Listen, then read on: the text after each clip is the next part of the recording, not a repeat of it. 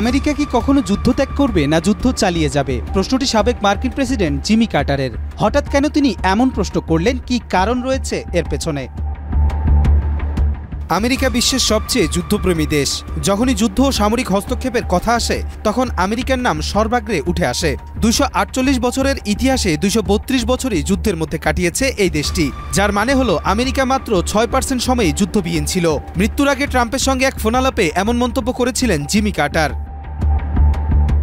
সিল্কোর silk and shine, যাতে আছে argan oil ও ওট প্রোটিনের গুডনেস, যা আপনার চুলকে রাখে হেলদি অ্যান্ড শাইনিং। তবে প্রশ্ন থাকে, কেন এত বেশি যুদ্ধ আমেরিকায়? এটি কি কেবল একটি ঐতিহাসিক ঘটনা, নাকি এটি আমেরিকার অস্তিত্বের একটি অবিচ্ছেদ্য অংশ?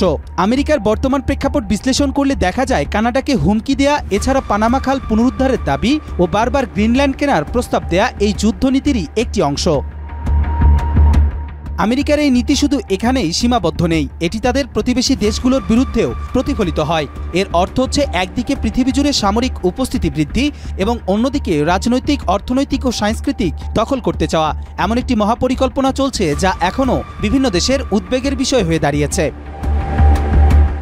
অর্থনৈতিক বিশ্লেষণ অনুযায়ী আমেরিকার যুদ্ধের লক্ষ্য শুধুমাত্র নিরাপত্তা নয়, বরং এটি তাদের অর্থনৈতিক, রাজনৈতিক ও সামরিক আগ্রাসনের একটি অংশ। আমেরিকার অস্ত্রশিল্প একটি বিশাল অর্থনৈতিক শক্তি। ২০২৩ সালে এই দেশটি $২৩৮ বিলিয়ন মূল্যের অস্ত্র বিক্রি করেছে এবং বিশ্বব্যাপী অস্ত্র বিক্রির ৫১% তারা সরবরাহ করে।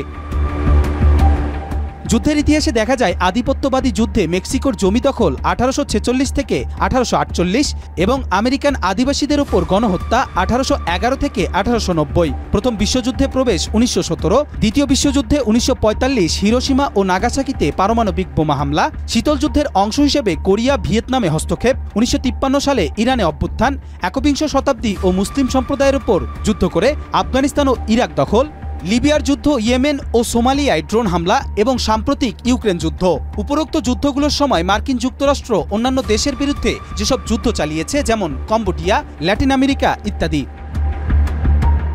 এছাড়া আমেরিকা ভূরাজনৈতিক এলাকা ও কৌশলগত গুরুত্বসম্পন্ন জায়গাগুলো নিয়ন্ত্রণেও আগ্রহী। মধ্যপ্রাচ্যের তেল, সামরিক বাজার ও সাগরপথে স্থায়ী ঘাঁটি স্থাপনই এ ধরনের আগ্রাসনের অন্যতম কারণ। বর্তমানে বিশ্বের ৮০টিরও বেশি দেশে মার্কিন সামরিক ঘাঁটি রয়েছে। এটি স্পষ্ট যে আমেরিকার যুদ্ধপ্রেমী মনোভাব কেবল একটি ঐতিহাসিক ঘটনা নয়, বরং একটি দীর্ঘমেয়াদী রাজনৈতিক কৌশল, তাদের জাতীয় নিরাপত্তা ও অর্থনৈতিক আগ্রাসনের অংশ।